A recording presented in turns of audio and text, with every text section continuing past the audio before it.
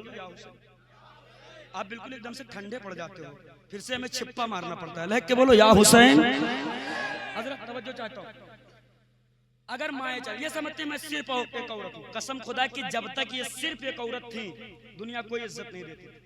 अरे कोई क्या इज्जत देता, अपना सगा बाप जिंदा जमीन में दफन कर देता था, अपना सगा बेटा इसे गले में रस्सी डालकर बाजार में बेच देता था। ये औरतों का हाल था। अपना सगा भाई बहनों के साथ नाजायज रिश्ते कायम कर लेता था।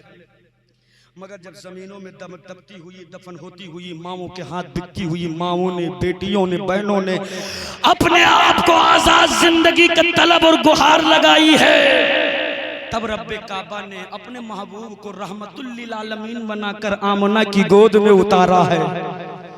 और जब मुस्तफा आए बेटियों की सिस्कियां नबी ने सुनी, तब आका ने फारान की चोटी पे चढ़कर जमाने को बताया, दुनिया वालों बेटियों को हिकारत की निगाह से न देखो, इनका मकाम बुलंद है। अगर इनमें से बीवी है तो शौहर के लिए मोहब्बत है, बेटी है माँ बाप के लिए रहमत है, बहन है तो अपने भाई के लिए नेमत है, और अगर माँ है तो अपनी औलाद के लिए जन्नत होती है।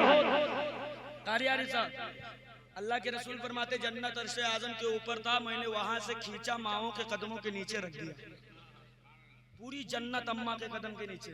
अब जो उन्हें अम्मा के कदम के नीचे जन्नत अम्मा खाल सुनो, वो अपन जन्नत और इतना बड़ा मोबाइल ले पिछे खटिया पूरी दोपहरी उल्ल और सिवाय खुराफात के कुछ नहीं।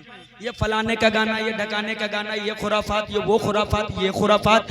और तमन्ना देखिए, तमन्ना देखिए, तमन्ना ये है कि जो गोद में बच्चा लेटा है जमाने का गाजी बन जाए, मस्जिद का नमाजी बन जाए, बैतुल्लाह का हाजी बन जाए। ओ मेरी कौम की माओ, बच्चों के अंदर सुधार ऐसे नहीं आएगा। अगर सुधारना है तो अपनी जिंदगी न देखो, अपने पीछे गुजरी हुई पाकीज़ा माओं की जिंदगी उठा लो।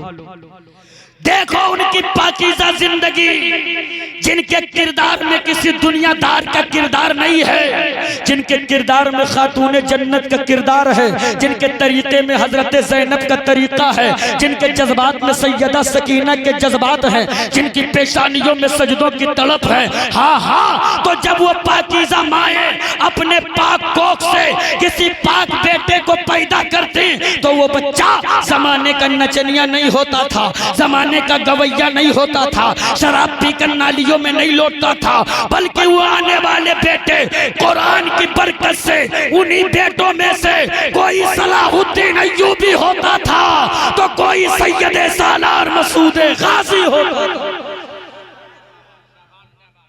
लेकिन अफसोस दिल के फपोले जल उठे सीने की दाग से, इस घर को आग लग गई घर के चिराग से, इस्लाम के वकार को मजरूह आपने किया है, आप ही इसको पाक करके दुनिया से बता सकते हैं। ए ज़माने वालों, तुमने बहुत बुज़दिल समझ लिया हमें, अब और बुज़दिल समझने की कोशिश न करो, इसलिए कि मेरी माँ जिस माशरे और जिस कौम से रिश्ता रखती है उस कौम का आलम यह है कि तारिक कभी मौजों पे कदम रखते हैं, खालिद कभी हाथों में अलम लेते हैं, हर दौर में उठते हैं यजीदी फितने, हर दौर में शब्बीर जन्म लेते हैं। अल्लाह हम सबको हुसैन आज़म की मोहब्बत में जीने मरने की तौफीक अता फरमाए। जो कुछ मैंने कहा अल्लाह उस पर सबसे पहले मुझ गुनहगार को, फिर आप सबको अमल की तौफीक अता फरमाए। जिंदगी ने साथ दिया, सांसों ने वफा किया, तो फिर इंशाअल्लाह कभी मुलाकात होगी, तफसीली गुफ्तगू होगी।